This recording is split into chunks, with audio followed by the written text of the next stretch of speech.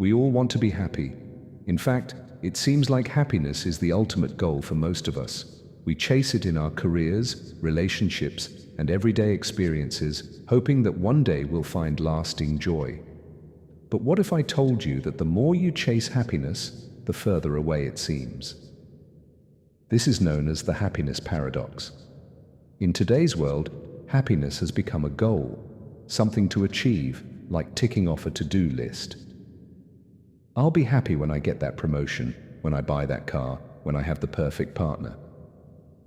Sound familiar? But here's the catch. The more you pursue happiness as an end goal, the more elusive it becomes. You might reach those milestones, but the sense of fulfillment fades quickly, leaving you asking, what's next? It's easy to get trapped in a cycle of constantly seeking the next thing to make us happy, and society doesn't help.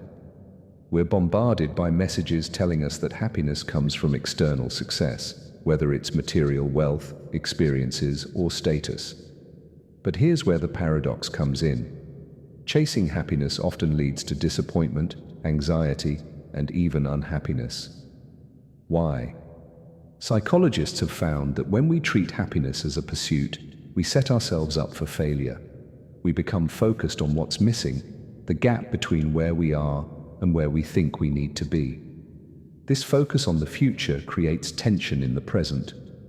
We start living in a state of, I'll be happy when, rather than being content in the moment. But here's the good news.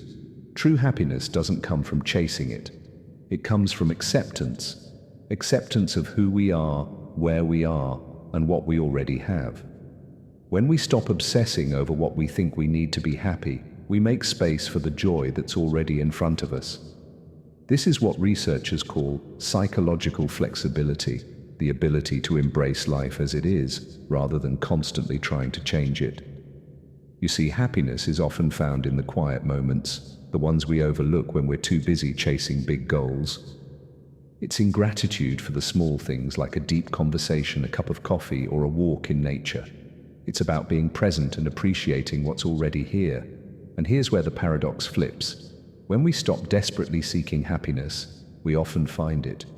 The pressure is gone, and in its place is a sense of peace. This doesn't mean we stop striving for improvement or growth, but we learn to detach our happiness from external outcomes. In fact, the less we chase happiness, the more we allow it to naturally emerge. So, how can we break free from the happiness paradox? Practice mindfulness. Be present. Enjoy the moment you're in right now, without worrying about what's next. Embrace acceptance. Accept that life isn't perfect, and neither are you, and that's okay. Gratitude. Focus on what you already have rather than what's missing. Gratitude can be a powerful antidote to the constant pursuit of more. The paradox is simple. The harder we chase happiness, the more it slips through our fingers.